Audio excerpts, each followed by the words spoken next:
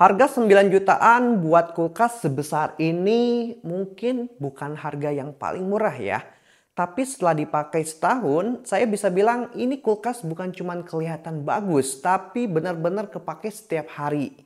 Halo, saya Riko. Hari ini saya mau ajak kamu lihat gimana rasanya hidup bareng kulkas 4 pintu dari Hisense yang udah nemenin saya setahun lebih. Semoga cerita ini bisa bantu kamu buat mutusin cocok atau enggaknya buat rumah kamu.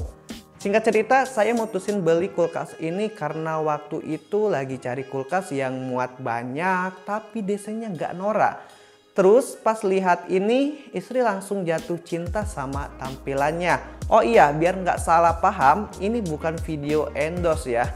Saya beli kulkas ini murni karena kebutuhan pribadi. Tapi kalau ada brand yang nonton dan pengen produknya saya coba, boleh juga. Awalnya sempet galau sih lihat sana sini bandingin merek ini dan itu. Tapi karena di rumah udah punya TV dan mesin cuci Hisense juga. Dan sejauh ini belum ada masalah berarti. Jadi saya cukup percaya. Lagi pula istri langsung jatuh cinta sama tampilannya. Saya sih nurut aja selama istri suka, walaupun terkadang bikin saya nyesel sama pilihannya. Begitu kulkas ini nyampe dan mulai dipakai, yang langsung kerasa banget tuh kulkasnya bener-bener fungsional ya. Nggak cuma enak dipandang, tapi juga nyaman dipakai sehari-hari. Rasanya kayak kulkas ini emang niat dibuat buat dipakai harian ya, bukan cuman pajangan di dapur. Mulai dari rak yang lega, fitur compatible yang fleksibel, sampai dinginnya yang merata, semuanya langsung terasa. Nah, kalau ditanya apa aja yang langsung bikin saya suka, saya bisa sebut 3 hal penting yang langsung kerasa sejak awal. Yang pertama, itu karena desainnya yang clean dan elegan, bukan yang norak ya, tapi juga nggak ngebosenin lah. Yang kedua, raknya luas dan bisa diatur, apalagi bagian bawah yang bisa disulap jadi chiller atau freezer sesuai kebutuhan. Dan yang ketiga, walaupun nyala tiap hari, kulkas ini tuh nggak bikin panik pas isi token ya. Karena kerjanya tenang, stabil, kayak temen yang bisa diandalkan lah. Nggak banyak drama, tapi selalu ada aja kalau dibutuhin. Daya yang dipakai juga nggak lebay, buat kulkas segede ini menurut saya masih tergolong irit ya. Bahkan setelah setahun pakai, saya bisa bilang ini salah satu barang elektronik yang bikin saya ngerasa, wah ini sih awet beneran ya, bukan cuman janji brosur. Tapi ya namanya juga barang, pasti ada aja hal kecil yang perlu diperhatiin. Di awal-awal saya sempet pintunya kadang suka malu-malu kalau ditutup, harus dicek beneran nutup ya. Soalnya kalau posisinya nggak pas, suka nggak rapat. Kelihatan sepele sih, tapi kalau nggak sadar bisa bikin kulkas nggak nutup sempurna ya. Sekarang buat yang penasaran, kita bahas sedikit soal spek dan teknologinya. Ini adalah kulkas dari brand Hisense, perusahaan asal Tiongkok yang sudah memproduksi berbagai produk elektronik seperti televisi dan audio, peralatan rumah tangga, dan juga ada perangkat mobile. Tentunya di Indonesia sudah ada pabrik rakitannya ya, dan sudah memproduksi lebih dari 600.000 unit secara lokal. Dan jujur aja ya, saya baru tahu brand ini tahun lalu, sekitar tahun 2023. Kulkas yang saya pakai sekarang itu seri RQ561N41WU. Memiliki 4 pintu dengan tipe seat by seat inverter. Artinya pintunya dibagi kiri kanan, bukan atas bawah. Jadi lebih praktis buat buka satu sisi aja. Nah, teknologi inverternya ini bantu banget buat hemat listrik. Karena bisa jaga suhu tetap stabil tanpa harus nyala mati terus. Kapasitasnya 507 liter, gede sih, tapi menurut saya nggak kebesaran buat rumah saya. Daya listriknya 180 watt, warnanya putih dop dengan panel kaca kelihatan bersih, modern dan tentunya gampang disatuin sama warna dapur. Dimensinya 794 x 700 x 1810. Beratnya 120 kg, cukup berisi tapi masih wajar buat kulkas ukuran besar. Dan untungnya di bagian bawah ada roda kecil yang bisa dikunci. Ini ngebantu banget sih pas mau geser kulkas buat bersih-bersih atau ubah posisi. Nggak perlu panggil satu RT, cukup dorong pelan, selesai. Tapi secara ukuran ini masih cukup masuk akal sih buat dapur yang nggak terlalu sempit. Nah, sekarang kita lanjut bahas bagian paling sering dilihat. Tampilan luar dan dalam kulkas ini yang menurut saya juga jadi nilai plus. Pintunya datar, kaca putih dop, kelihatan bersih dan modern. White glass panelnya ini nggak cuma bikin dapur kelihatan rapi, tapi juga gampang dibersihin walaupun suka ninggalin sidik jari. Handle-nya tersembunyi jadi kelihatan minimalis. Bagian dalamnya cukup lega. Untuk bagian chiller ada 3 rak kaca tempered yang bisa diatur sesuai kebutuhan. Ada 2 laci sayur dengan pengaturan kelembapan. Fungsinya buat jaga kesegaran. Jadi kita bisa atur aliran udaranya biar sayur nggak cepet layu dan buah nggak gampang lembek. Di setiap sisi pintu ada 3 rak tambahan yang cocok buat nyimpen botol, susu atau minuman kemasan. Jadi lebih praktis dan rapi. Pencahayaan LED-nya terang dan menyebar merata sampai ke setiap sudut. Di bagian freezer bawah, kulkas ini punya 2 ruangan penyimpanan besar yang bisa kita atur mau dipakai sebagai freezer atau chiller. Tinggal atur suhu aja lewat fitur My Fresh Choice. Di dalamnya ada beberapa laci penyimpanan yang luas dan praktis. Cocok buat nyimpen daging, frozen food, atau stok makanan mingguan. Salah satu lacinya juga dilengkapi wadah cetakan es ya. Klasik sih menurut saya, tapi masih berguna buat yang suka bikin es batu sendiri. Yang saya suka lacinya gampang ditarik dan muatannya lumayan banyak. Jadi buat yang sering belanja sekaligus ini beneran kepake banget. Sekarang saya mau bahas fitur-fitur yang menurut saya paling kepake selama pakai kulkas ini. Bukan fitur yang cuma numpang lewat di brosur, tapi yang beneran saya rasain manfaatnya sehari-hari. Yang pertama ada teknologi inverter. Ini salah satu alasan kenapa kulkas ini tetap irit walaupun nyala terus. Suhunya stabil dan kerja mesinnya nggak ngos-ngosan. Dan hasilnya daya tetap hemat tapi performa nggak turun. Yang kedua metal cooling. Fitur ini bantu banget supaya dinginnya nyebar merata ke seluruh bagian. Jadi meskipun kulkas penuh dari atas sampai bawah tetap adem. Gak ada sudut yang terasa lebih hangat. Selanjutnya ada alarm pintu. Fitur simple sih, tapi sering banget nyelamatin saya.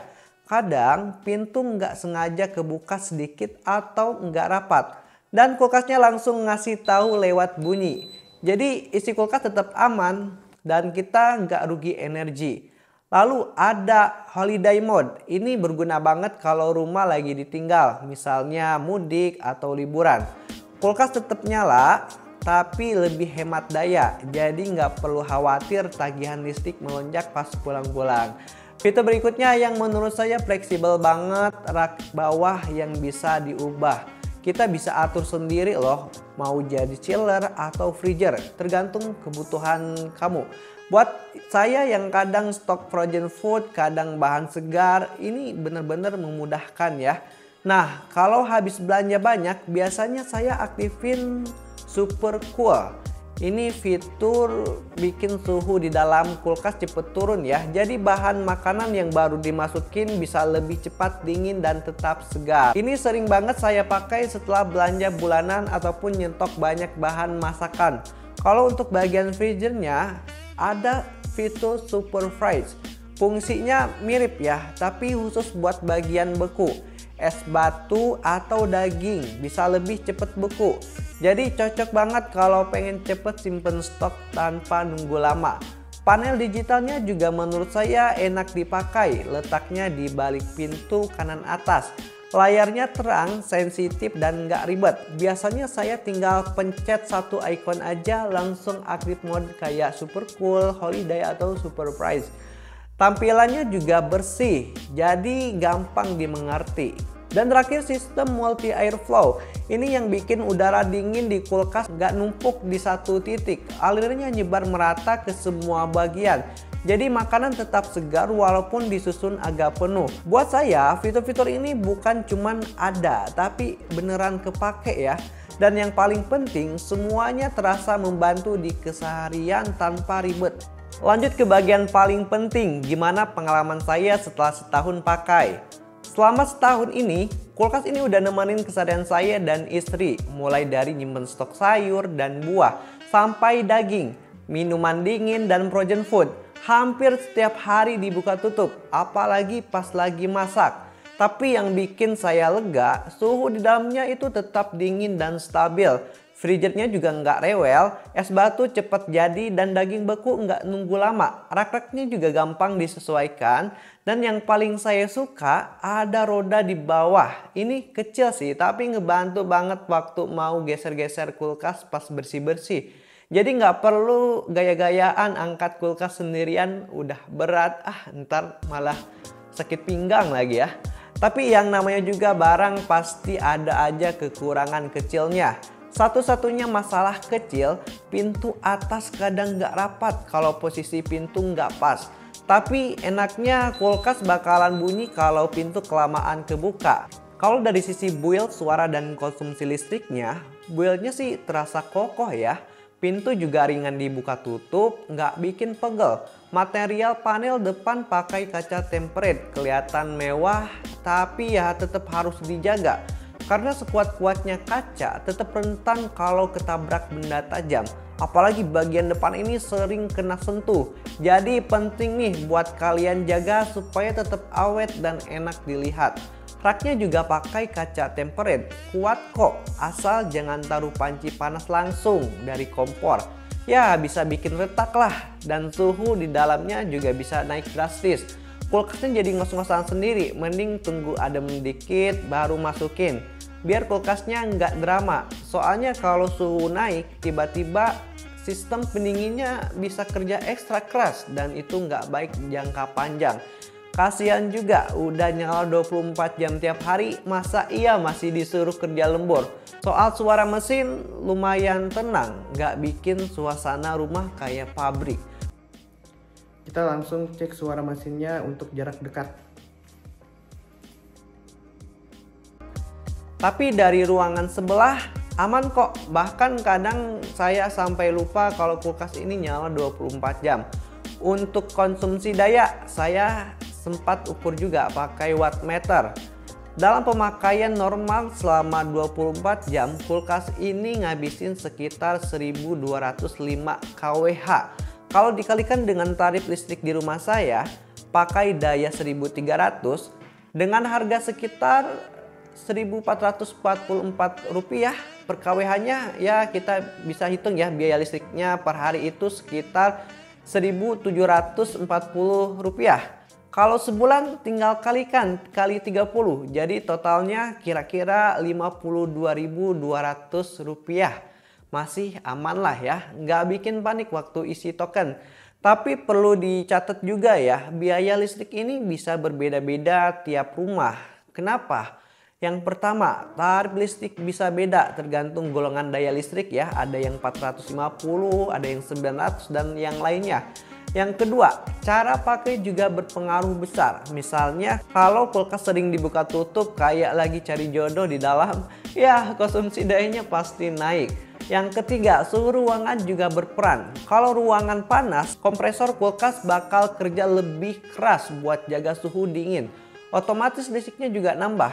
Tapi sejauh saya pakai, kulkas ini bisa dibilang irit sih. Gak cuman tampilannya yang clean, tapi juga nggak bikin kantong tipis akhir bulan. Simpelnya ini beberapa hal yang menurut saya jadi nilai plus dan minus dari kulkas ini. Kelebihannya, desainnya elegan, muat banyak, fiturnya bener-bener fungsional, dan kulkasnya gampang disesuaikan. Kekurangannya yaitu pintu atas agak sedikit perlu perhatian. Harus dicek dulu posisinya, baru bisa nutup dengan sempurna.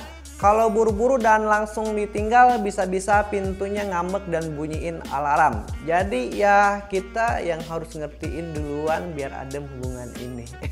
Maksudnya kulkasnya.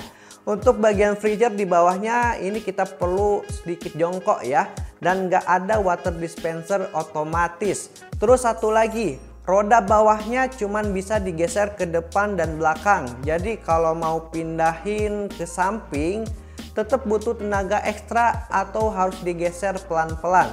Ya kurang praktis aja sih kalau kamu tipe yang suka gonta-ganti posisi barang. Tapi overall itu bukan masalah besar, masih bisa diatasi. Waktu pertama beli, saya sempat mikir 9 jutaan buat kulkas segede ini tuh worth it nggak ya? Tapi setelah setahun nemenin kegiatan sehari-hari di rumah, ternyata ini kulkas yang bukan cuma tampilannya doang yang cakep, tapi juga bener-bener kepake. Selama setahun pakai nggak pernah ada masalah yang berarti, semuanya masih berjalan normal. Tapi kalau boleh kasih saran kecil, akan lebih praktis kalau posisi panel digitalnya di luar pintu. Jadi kalau bisa cek suhu atau ubah mode tanpa harus buka pintu dulu biar cepet dan hemat gerakan. Apalagi pas lagi masak atau buru-buru. Kalau disuruh beli lagi, saya sih masih akan beli ini. Tapi ya saya juga manusia biasa ya, bukan dinding showroom. Kalau ada brand lain yang ngasih fitur lengkap, harga lebih bersahabat dan kualitasnya nggak kaleng-kaleng, ya mungkin iman saya bisa goyah. Tapi sejauh ini belum ada yang bikin saya nyesel milih yang ini. Tapi jujur ya, setelah pakai kulkas ini setahun, saya merasa ini salah satu keputusan terbaik yang pernah saya buat. Ya selain nikah sama istri tentunya. Kulkas ini cocok buat yang sering masak, suka stok bahan, dan pengen dapur kelihatan rapi tanpa harus keluar budget berlebihan. Buat yang ngerasa awalnya agak ragu, saya pun begitu. Tapi ternyata keputusan yang tadinya mikir 2 kali justru sekarang jadi andalan sehari-hari. Tips terakhir dari saya sebelum beli, coba cek dulu 2 hal penting. Ruangan dapur dan kapasitas listrik di rumah. Kulkas ini ukurannya lumayan besar ya dan dayanya sekitar 180 watt. Jadi kalau listrik kamu terbatas bisa disesuaikan biar tetap aman dan nyaman. Itu tadi cerita saya, semoga bisa bantu kamu yang lagi cari referensi dari pengalaman nyata. Bukan sekedar review. Kalau kamu punya pertanyaan, pengalaman serupa atau ada produk yang pengen saya coba, tulis aja di komentar ya. Sampai ketemu di video selanjutnya. Tetap tenang, tetap bijak, dan semoga pilihan kamu sudah pas. Serak-serak basah, susah nih ngomongnya itu. Hampir 20 menit ya ngomong, ini udah lumayan kering. Dah, sampai jumpa.